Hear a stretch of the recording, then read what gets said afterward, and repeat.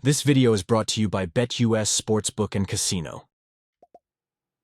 Who else could it be but me, your man, Louie T? Welcome to the command post. You know what it is. Post up.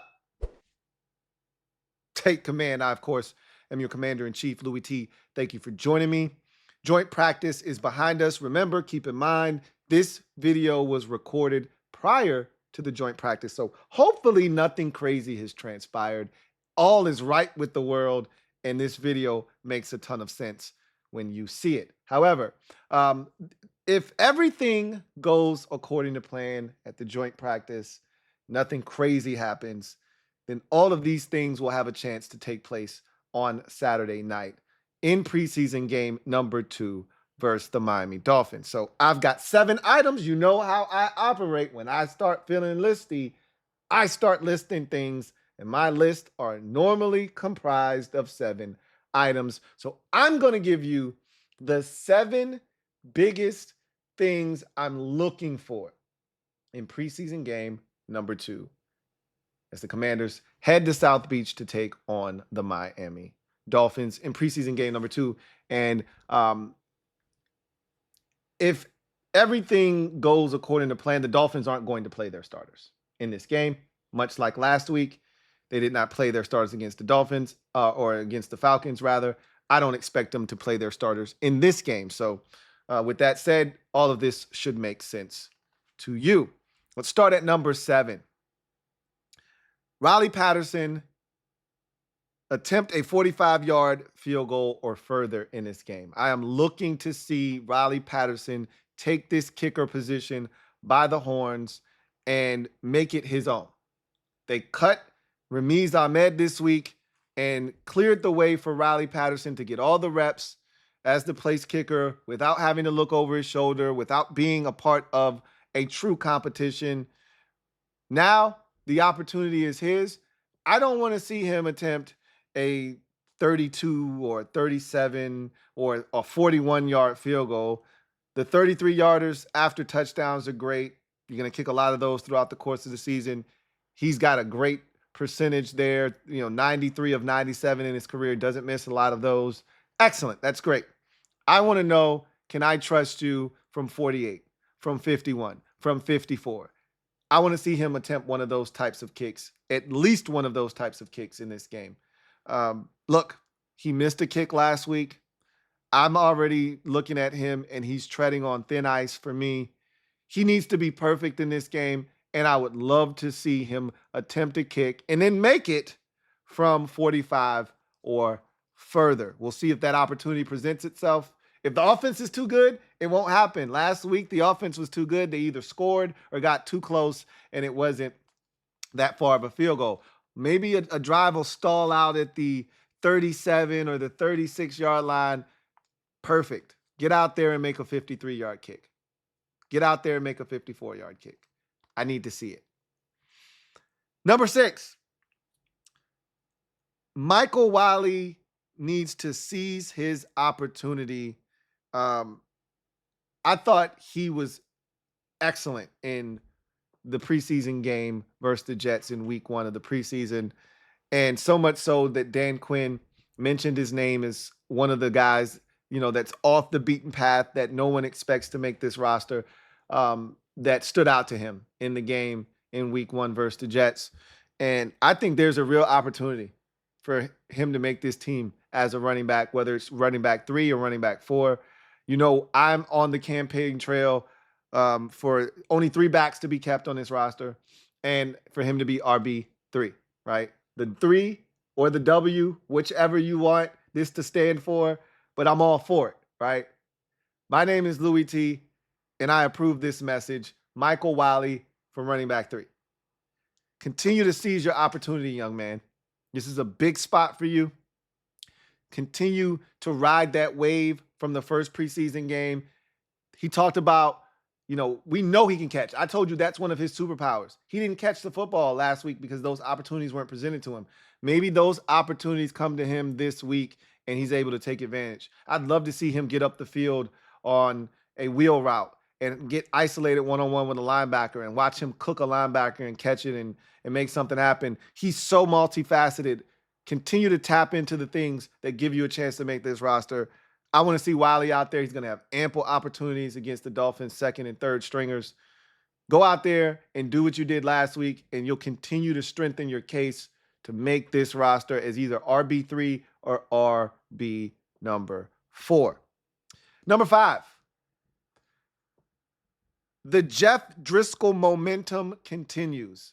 Look, there's a chance that Marcus Mariota doesn't play in this game. And even if he does, he's not going to play a lot. We didn't see a lot from him last week. It was one and done. It was a 3 and out. It was not a good possession. Driscoll comes in and lights it up. We feel good about him. I like Jeff Driscoll. A lot of you like Jeff Driscoll. Mariota is a guy that does get injured. He's already a little banged up. Jeff Driscoll played really well last week. And if he plays really well again, I'm just saying, I think there needs to be consideration. Like, it's a foregone conclusion right now. Marcus Mariota is QB2 no matter what. Why? Because you paid him however $1 million you paid him. What did you pay him? $8 million? Why? Why can't he be cut and you keep Jeff Driscoll instead? I get it. And I said this before.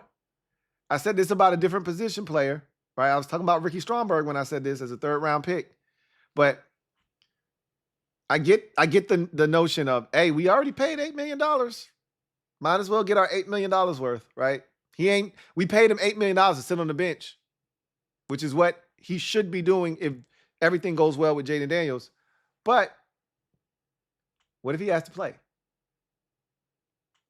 I trust Driscoll right now more than I do Mariota. Is that strange? Is that off? Am I crazy? Go do what you did last week. Continue the momentum from week 1. And I think there's a real conversation to be had. Whether it falls on deaf ears or not, doesn't matter. But I'm not entertaining that conversation right now because I don't think there's any legs to that conversation off of just one game. Do it again, though. You couple that with Mariota doing absolutely nothing and us already knowing who he is as a quarterback. I'm just saying I still don't see anything happening there, but I want to see Jeff Driscoll continue the momentum. Give us something to talk about. It may be nothing. It may be something, but if you keep doing that, we're going to talk about it.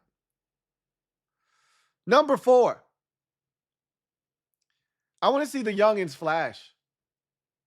I want to see JD5 go out and do what he did last week. I want to see Ben Sinnott continue to do what he did a week ago. I want to see Mikey Sainristil get busy like he did last week, even if it's only for 5 to 7 snaps. I want to see Luke McCaffrey do more than he did last week. He had 2 catches last week. One was a good one, a nice little 15 to 17 yarder catch and run. I want to see him get active early, right? Took him a long time to get integrated into the game and make his presence felt. I want to see him do something in the first half of this game, maybe. Okay, maybe ain't in the first half. 3rd quarter, show up and show out. Let's get 4 or 5 catches this week. All right? Let's stand up and announce yourself as one of the members of this team at the receiver position. Want to see these youngins. And anybody else you can think of that's a youngin that you want to see flash, add them to the list. I want to see the youngins go out and play well and gain confidence.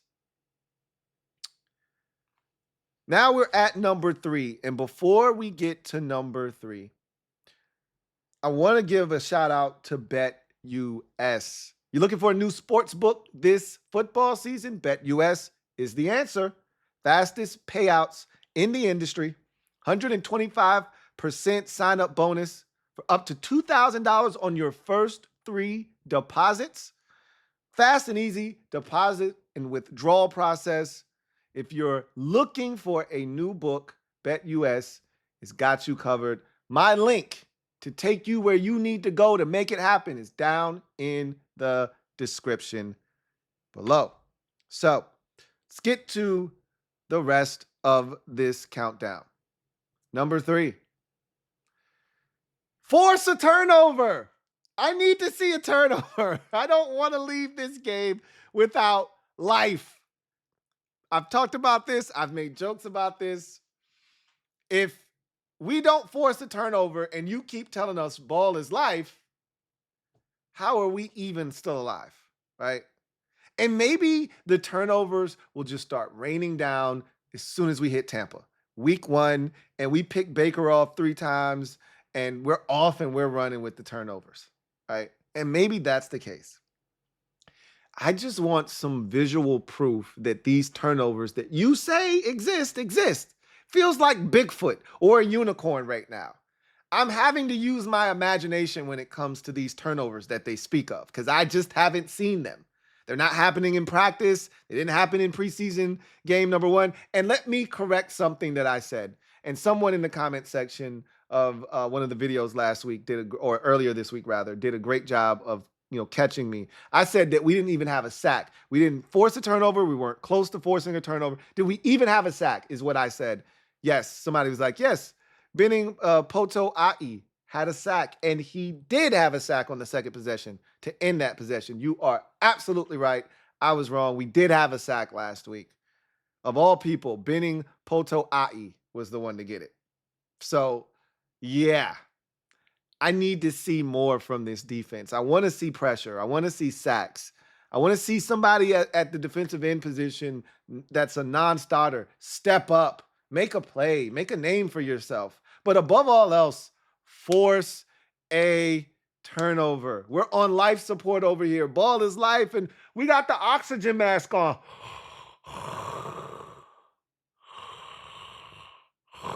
Beep, beep, beep, beep. The mask is keeping us alive, right? We need life. We need turnovers. Let me get one. The Dolphins are playing backups. Force a turnover. Or 2. Or 3. I just want one at this point. I need some life. Number 2.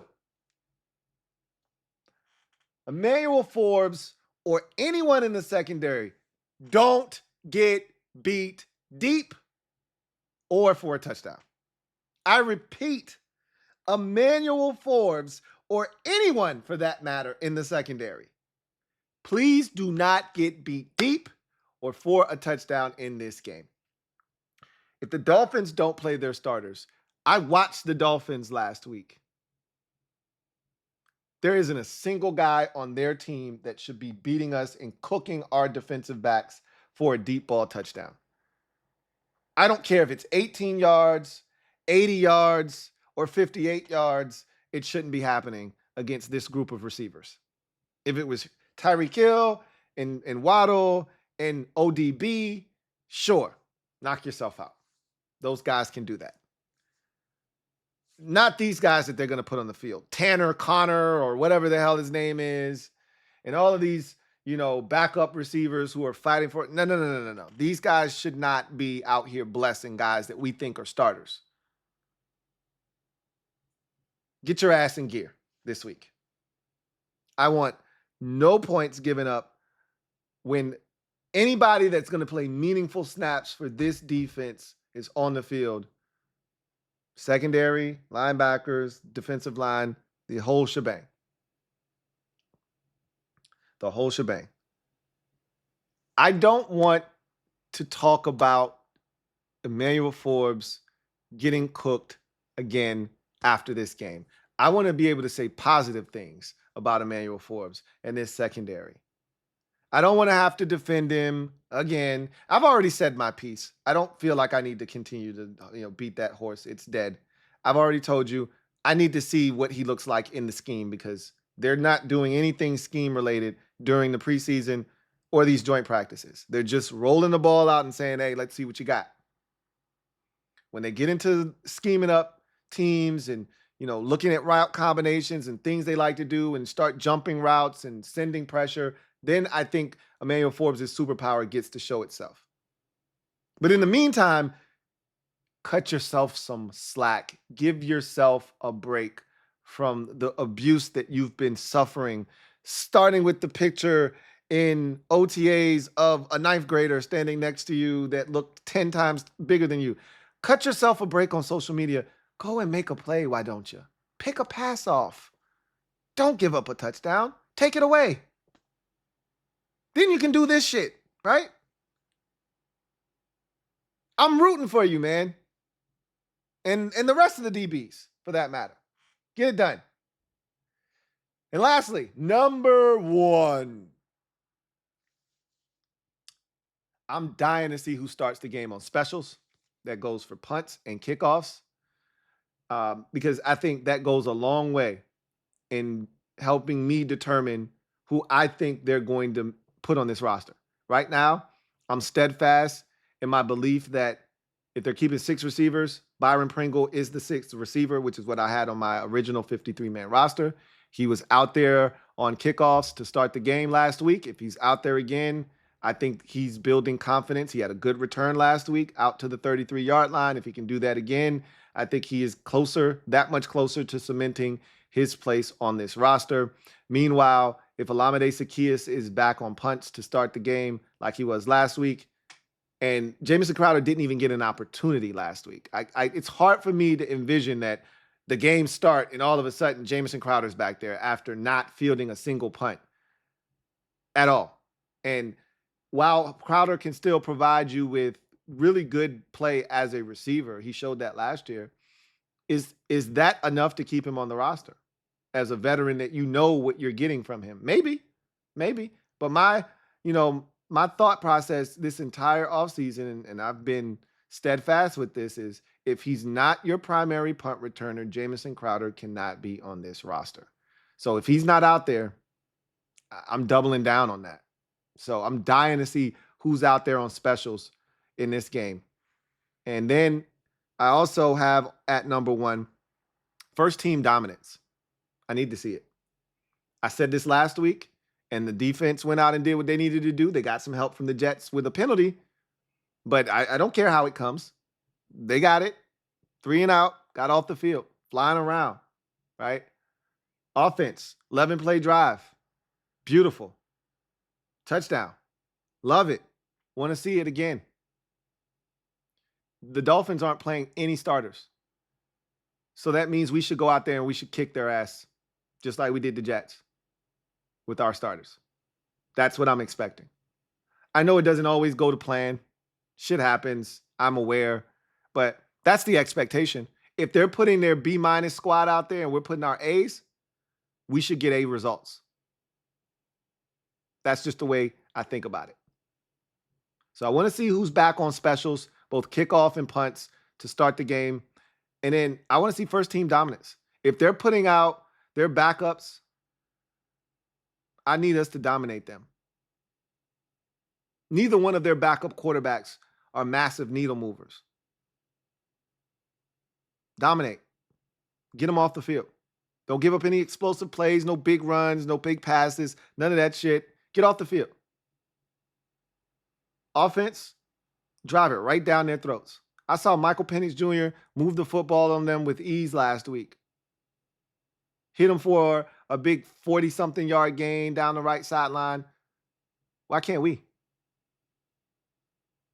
They got their B- squad out there. Dominate with the first team. So, quickly, I'll recap, and then we'll get out of here, right? Number 7, Riley Patterson. I need to see him attempt a 45-yard field goal or further. And not just attempt it, make it. I don't want to see him miss any kicks in this game, to be honest with you.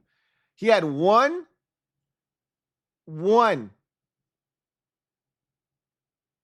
miss last week, and that was his mulligan. They gave you a do-over. There's no more of those. It's done. Now it's put up or shut up time. You got no competition. They're giving you a chance to win the job. Go win it.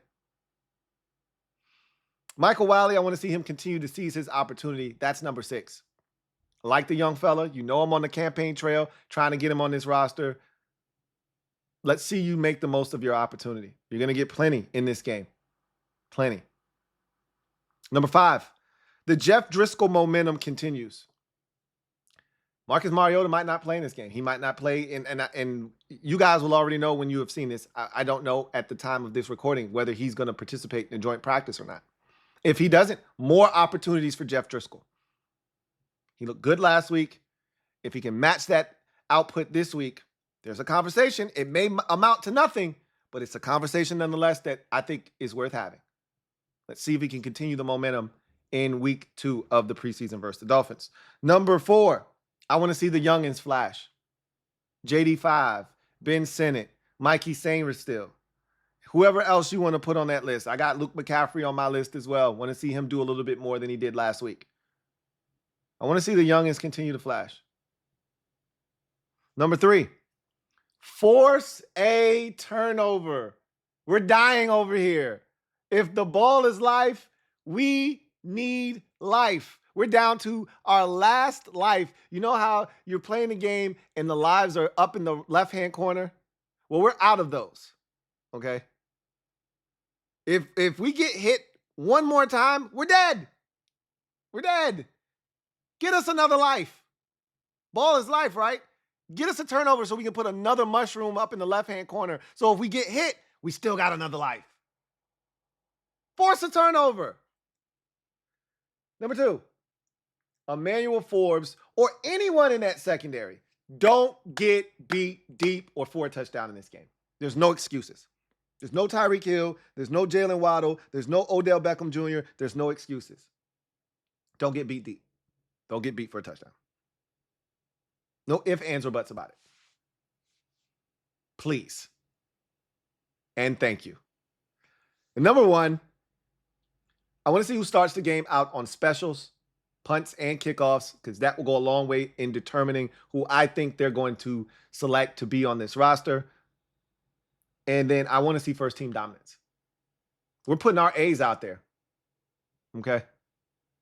Not all of them. I don't think we're going to see Bobby Wagner. Probably won't see Dewan Payne and Jonathan Allen, which is fine. We showed last week that with us playing against the other team's B- squad, we should be able to handle it without those guys. Go out there, offense, score some points. Preferably a touchdown. Right? But whatever, get something. Right? I want to see a 3 and out. Conversely, on the defensive side, you know what to do. Handle business, get in and get out. It's an easy operation. All right? Easy operation. In and out. Make it happen. So you guys know what it is. I'm looking forward to breaking this down with you guys. Hopefully sooner rather than later. But whatever happens, I'm going to break it down with you guys. Either it's going to be on Monday. Maybe it's on Sunday. Whatever the case may be, I look forward to chopping it up with you guys. In any event, that's going to do it for me, your man, Louie T here. Before I get out of here, I want to give a quick shout out to BetUS for sponsoring this video. If you are looking for a place to put down some money on some action this season, BetUS is the answer. My link is in the description of this video. So until next time, you guys know what it is. Leave your comments down in the comment section. You got to add anything to what I said. You got to add some extras here that I may have left out, things that you are looking for. Leave it down in the comment section. Can't wait to read your responses. But until then, you know what it is. Post up. Take command. No injuries. I shouldn't have to say that, but I'm going to say it anyway. No injuries. So get out of here clean. See you guys next time. Go Commanders.